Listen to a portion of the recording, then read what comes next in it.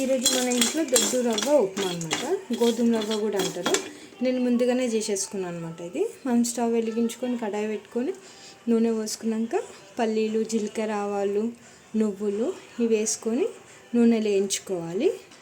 అక్కడ వేగుతున్నప్పుడు మనం క్యారెట్, ఆలుగడ్డ, బీన్స్, పచ్చిమిర్చి, ఒక 5 ఎల్లిపాయలు ఇట్లా కట్ చేసుకొని మనం పెట్టుకోవాలి. అవి వేగిన తర్వాత ఇవి వేసేసి కలుపుకున్నాక కొంచెం సాల్ట్ వేసుకొని మనం కొంచెం నూనెలో వేగినాక నీళ్ళు పోసుకోవాలి. నేను దీంట్లో ఉల్లిగడ్డ వేయట్లేదు, ఎందుకంటే మా తమ్ముడికి కొంచెం ఫీవర్గా ఉంది. ఆనియన్ ఫీవర్కి ఇస్తుంది కాబట్టి అందుకని మనం ఉల్లిగడ్డని అవాయిడ్ చేస్తున్నాం. ఇప్పుడు ఒక 5 ఎల్లిపాయలు, ఆలుగడ్డ ముక్కలు, క్యారెట్, బీన్స్, పచ్చిమిర్చి వేసుకొని మంచిగా కలుపుకోవాలి. కొంచెం ఉప్పు కూడా వేసుకోవాలి. నేను నూనె కూడా కొంచెం తక్కువ వేసిన, ఎందుకంటే ఇవన్నీ ఉడకాలి కాబట్టి సరిపోయాని చేసిన. ఎందుకంటే ఫీవర్ ఉన్నప్పుడు మనము ఉల్లిగడ్డ కానీ నూనె కానీ తక్కువ వాడుకోవాలి. ఎందుకంటే నూనె కూడా ఎక్కువ నూనె సామాన్ తినడం వల్ల ఫీవర్ ఉన్నప్పుడు మనకి పసుకలు అట్లాంటివి అయ్యే ఛాన్సెస్ ఉంటాయి కదా, జాయింట్స్ అంటారు, అట్లాంటివి మనం కొంచెం దూరంగా ఉండొచ్చు అన్నమాట.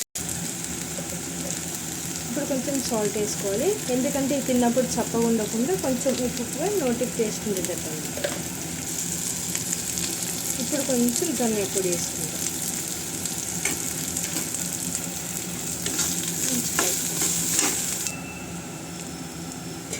ఇప్పుడు ఇది నూనెలో మంచిగా వేయి. మనం సన్న రవ్వకైతే వాటర్ తక్కువ వేసుకోవాలి, ఎందుకంటే అది తొందరగా ఉడుకుతుంది కాబట్టి. మనకి గోధుమ రవ్వ, అదే దొడ్డు రవ్వ అంటారు కదా, అది ఉడకడానికి చాలా టైం పడుతుంది కాబట్టి కొంచెం మనం నీళ్ళు ఎక్కువ వేసుకోవాలి ఎసరికి. ఇట్లా మనం ఉప్మాకి పెట్టుకునే ఎసరు మసులుతున్నప్పుడు కొంచెం ఉప్పు వేసుకోవాలి మనం, ఎందుకంటే ఇప్పటిదాకా క్యారెట్ అవిటికి ఉప్పు పట్టుకోవాలని వేసుకున్నాం. ఇప్పుడు మనకి ఉప్మాలకి ఉప్పు సరిపోవాలి కదా, అందుకోసమని మనకు తగినంత ఉప్పు వేసుకోవాలి. ముందు వేసుకోవచ్చు కానీ కాకపోతే ఏంటంటే మనం నీళ్ళు మసిలేటప్పుడు ఉప్పు వేసుకుంటే టేస్ట్ బాగుంటుంది. అట్లాగే మనం కరివేపాకు కూడా ఇప్పుడు ఎసరు మసిలేటప్పుడే వేసుకోవాలి. ఇప్పుడు ఎసరు మసులుతుంది కానీ కలమాకు మంచిగా కడుక్కొని వేసుకోవాలి.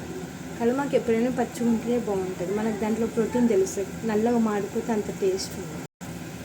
ఇప్పుడు ఎసరు మసులుతుంది కదా, మనం దొడ్డు ఉప్మా వేసుకుంటాం.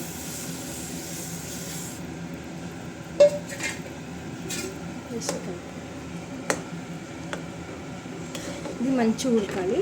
మంచిగా ఉడికినాక దీన్ని దమ్ముకి వేసుకోవాలి.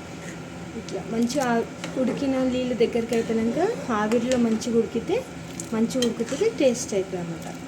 ఎసరు దిగిపోయింది అనగానే మనము బంద్ చేసుకుంటే ఇంకా ఉడకదు, అది గట్టిగా ఉండి కడుపు నొప్పి కూడా వచ్చేస్తుంది. అందుకని మంచిగా ఉడికించుకున్నాక దమ్ముకి వేసుకోవాలి. ముందు మనం ఉప్పు వేసుకొని కలుపుకున్నాక పెద్ద మంటనే పెట్టుకోవాలి.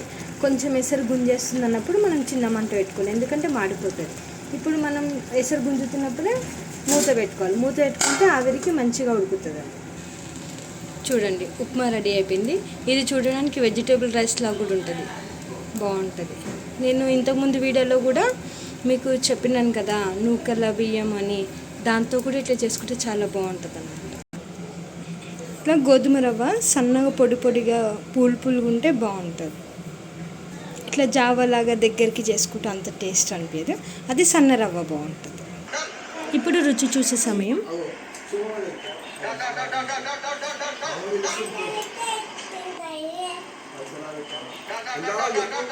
బాగుంది.